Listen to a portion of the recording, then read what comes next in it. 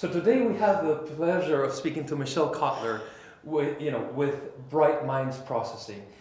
And Michelle, you've been a real powerhouse and actually helped to pass legislation in Florida to support sort of the deeper finding, the subtleties within this cause.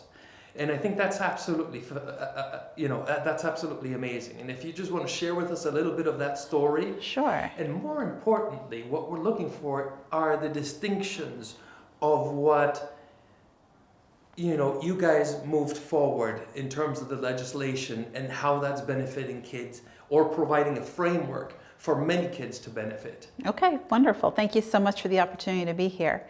So actually the work that I did was specific to the United States. It wasn't just limited to Florida. Okay. And rather than legislation, what I had done was I had filed a complaint with the federal government, the United States Department of Education, in 2013, because there already is federal legislation that protects the rights of students with visual impairment, called the Individuals with Disabilities Education Act, or IDEA for short. Okay.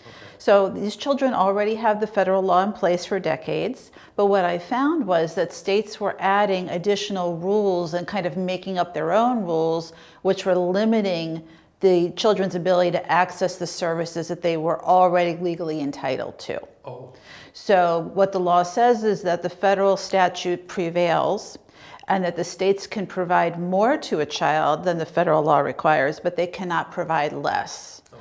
And they cannot add additional language that limits the federal law. And that's what was happening in Florida, but all around the country for children with visual impairment in particular. And that's how I got involved. Oh, okay. Yes. And as I understand it, you're a special ed teacher. Can you give us a little bit of Sure. your background on this? Sure. I have a bachelor's and master's degree, both in special education from the University of Maryland.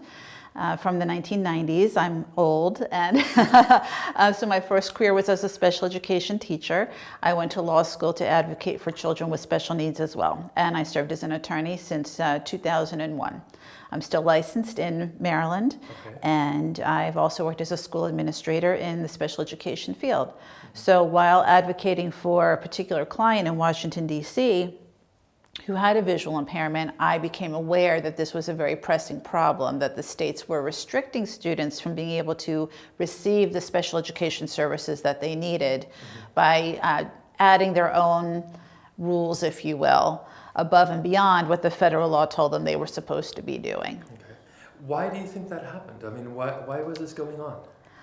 Well, unfortunately, Congress has never fully funded the Individuals with Disabilities Education Act. Okay. So what they're good at doing is making up rules that everyone is supposed to follow, but they're not always good with the purse strings to provide the resources and the support that's necessary to actually implement the rules.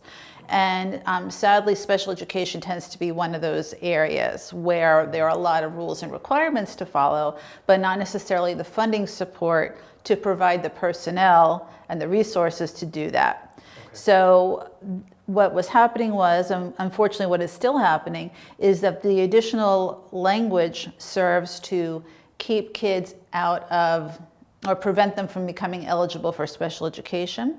Okay. It's sort of a gatekeeping function. And I don't know that it is necessarily that the intent is bad. Perhaps they just aren't aware. Let's give people the benefit of the doubt. Perhaps they're just not aware of what they're supposed to be doing. But once they're made aware, then they need to respond accordingly and provide the service. Mm-hmm. Makes perfect sense, yeah. And in terms of Bright Minds Processing, mm-hmm. And can you tell us a little bit of how you got to know the founder, Suman, and what is unique about this cause? Because to the parent or the teacher out there mm-hmm. who, they don't usually see, it's like, oh, it's a visual impairment or there's an auditory processing issue going on. Right. What they see is like, look, my kid isn't paying attention. Right. He or she's fed up of doing their homework. Right. They can't pay attention in class. They're mm-hmm. staring blank at a wall and they're disengaged, disconnected, grades are dropping. Yes. So lots of supposedly horrid things happening. And all of a sudden, it's like, whoa, wait a second. There can be this distinction that if we get it taken care of, mm-hmm. life changes. Beautiful. Talk to us a little bit about that. That was very well said, and that's exactly right. So that's sort of a two-part answer. So one is about how I connected with Sue Mann, and then the other is more about the disabilities themselves. So I'm going to address those separately, if that's okay. Yeah. So I had obtained a policy letter from the U.S. Department of Education in response to my complaint. It's called Letter to Kotler, which is available online. And in it, the federal government decided that I was right in my proposition to them, and that the states were wrong, which, I mean, you could have knocked me over with a feather when I got that letter, because I thought they would tell me all the states were right and I was wrong, and what did I know? I'm just one attorney, right? But they said, no, your interpretation is correct. The states are not doing this correctly, and we're going to provide technical assistance and support and make sure that they do this. This is an effort that's still ongoing, 8 years, almost 9 years later now. And Sue Mann and I got connected through a parent that I know who's also an advocate for children with visual impairment. Her son suffers from visual impairment. I represented her son years ago in Maryland. So this other parent was this third party who told Sue about me, and because this other parent has a Facebook group for parents of children who need vision therapy. Which is a treatment modality that's available. And so Sue found her on Facebook. And then she connected Sue and me, and then Sue and I just clicked like that. Mm-hmm. Yeah. Oh, wonderful. Yeah. She's a firecracker. She's amazing. So she kind of renewed my passion. She's got a lot of zest for this, and she's just sort of picked up the baton and has run with it. So we share similar visions, similar dreams, and goals to try to help as many children as we can. And that's a good segue into the second part of what you said, because children with vision, undiagnosed or misdiagnosed vision and auditory processing problems suffer tremendously. They're often either ignored completely or very commonly misdiagnosed as having attention deficit disorder, dyslexia, because the letters appear to move around on the page, even emotional disturbance. I've even seen autism as a misdiagnosis. A lot of different things can happen. So the issue, and I'm not a doctor, but my layperson's understanding is that if the eye muscles don't work together correctly as a team, the brain gets fatigued, because the brain is taking in two different pieces of information all the time, rather than one. And the brain gets very tired, so it has to shut off one of those things. Yes. And so students can have difficulty with visual attention. They can have difficulty with auditory processing as well. So that's a separate condition, sometimes co-occurring, sometimes not. You can have one or the other or both.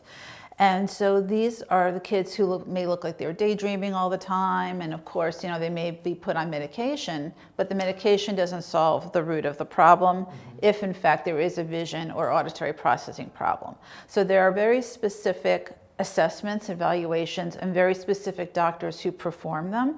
And not all eye doctors are trained and equipped to do this. In fact, only about 2% of the optometrists in America are properly board certified to address these types of vision problems. Okay. So, what we might have here, with these ADHD and the whole drugging fad that's going on. Yes. And I'm not a medical doctor either, but as a concerned parent, to me it's not cool, to have kids as zombies just so that they can deal with, whatever it is that they have to, especially when there's something underneath that can be looked at. Yes. And it can be corrected. Yes.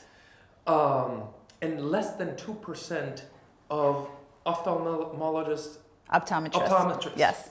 Less than 2% of optometrists are trained in this. Yes.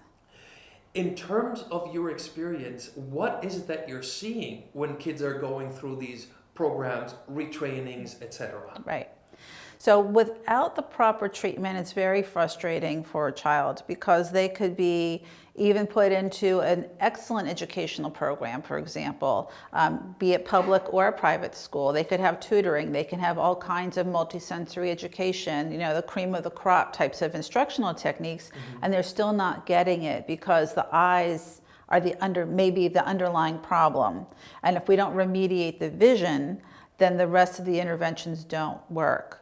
Once we get to the root of the problem, then the other interventions can be successful. So think of it like you're building a house, but the vision in this example is the foundation. And if that's not working properly, the house will crumble. Nothing can stand because your foundation isn't solid. So and my own children actually have gone through vision therapy. So I've seen the difference myself. And actually due to head injuries, the mild concussions. And that can also trigger some vision problems. So if a child has had even a mild concussion, they can have long-lasting vision symptoms, and parents should be aware of that. Oh, wow. That a developmental optometrist is the proper person to evaluate that. There's something called post-trauma vision syndrome, PTVS. And that's how I got involved with filing this complaint with the federal government, because my client had that, and that's how I became aware of this. Okay. So once the proper treatments are in place, which may include eyeglasses or contacts, and may include a course or perhaps more than one course of vision therapy under the supervision of a developmental optometrist, then the foundation is solid, and then the interventions can be effective. The dyslexia symptoms may go away, the ADHD symptoms may go away, the behavioral symptoms go away, because the frustration is gone. Right. And it makes a huge, huge difference. It can change the trajectory of a child's whole life. That's amazing. With something supposedly so simple that goes amiss, and then that can result in either a very tough childhood, tough adulthood. Yes. Or a completely different trajectory. Right. And in terms of the work that you've done, with Bright Minds processing, etc., what are you seeing some changes, like on a larger scale? What is it that you and Sue, what would be your ideal? Right, the goal, the dream, right? Well, a lot of it has to do with education, and I think that's why Sue is really promoting these videos, to provide education and outreach to parents, to teachers, to administrators, and even to doctors. For example, pediatricians may not always know the signs to look for. Other optometrists may or may not always know what to look for, ophthalmologists and so forth. So the idea here is to try to spread the message as far and wide as possible that if your child's been diagnosed with any of these things and they're still not improving after you've tried different things, take a step back. And my theory is to always examine vision and hearing first. I had a 16-year-old client in Washington, D.C., who I discovered was profoundly deaf, and no one ever picked it up until I picked it up when he was 16 years old, and had gone through his entire life that way. So vision and hearing can be overlooked. Not maliciously, but just sometimes this happens. And so we have to know what to look for, and then when we see it, where to go for help. Yeah, wonderful. Well, I think you've hit the nail on the head in terms of the important pieces about this. I am grateful to understand sort of the distinctions of what it is that you were able to contribute, and certainly. What I would love to see is for this message to get out there. So if you or anybody else that you know of who has children that are exhibiting these symptoms or who have had these challenges for a long time and these things just don't go away, right? It doesn't hurt, Exactly. And the and the fear factor or the counterindications are minimal. I mean, Right. It's not going to hurt. It's not going to harm anybody. Right. It's not invasive. It's not Right. surgical. It's not even medicinal. There aren't drugs involved. Uh-huh. Do you mind if I add one other thing? Oh, please do. Okay. Please do. Yes. So there is actually a website that you can go to, www.covd.org. It's the College of Vision Development. existed long before COVID-19 was a thing. It's just kind of funny that their website's also COVID, COVID. On their website, you can find a free test, a quick assessment that you can take at home, either for your child or even for yourself as an adult. There are a lot of adults walking around with these issues also who have never had proper treatment for it. And it's a checklist, and you can respond to the items on the checklist. And then if the responses appear to indicate that there may be a problem, it links you to an appropriate doctor in your community who can do a thorough assessment. So it's very quick, 5 or 10 minutes. Yes. You may need to ask your child some of the questions because sometimes there are things that you can observe as a parent, but there are other things that you may not be able to observe as a parent. And for someone who is born with a vision problem, they don't know that the way they're seeing the world is different than the way everyone else is seeing the world, or the way most other people are seeing the world, because to them that's normal. Right. That's their normal. So they may not even report to you that there's a problem. So you may need to do a little bit of investigating, but that checklist on covd.org tells you what to ask. Wow, great resource. Thank you. Thank you. Yes. You're welcome. Yeah, so if you're watching this, do take advantage of that resource. Sounds like it's a great first step in looking for a real solution. Instead of masking over the problem or continuing with the realities that get set up, which is a very difficult upbringing and a very difficult childhood, teenage years, So in true. addition to all the other challenges that we Right. undergo. Yes, very true. This is so true. So thank you. My pleasure. I really appreciate, Michelle, you taking the time and, to speak about this and to, Thank you. and put this forward to parents and teachers out there, and hopefully we can make a dent. I hope so too. Happy to help. Thank you so much. Yeah, my pleasure.